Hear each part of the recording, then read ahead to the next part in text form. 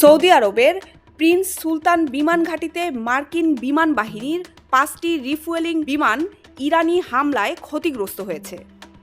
দুজন মার্কিন কর্মকর্তার বরাত দিয়ে ওয়াল স্ট্রিট জার্নাল এ তথ্য জানিয়েছে।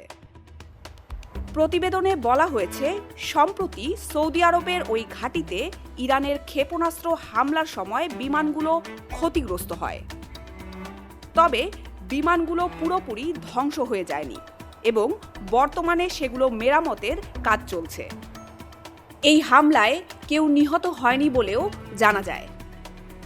এর আগে 12 মার্চ ইরাকে যুক্তরাষ্ট্রের KC-135 মডেলের একটি রিফুয়েলিং বিমান বিধ্বস্ত হয়। এতে বিমানে থাকা 6 জন ক্রুর সবাই নিহত হন। যুদ্ধক্ষেত্রে এই ট্যাঙ্কার বিমানগুলো অত্যন্ত গুরুত্বপূর্ণ ভূমিকা পালন করে।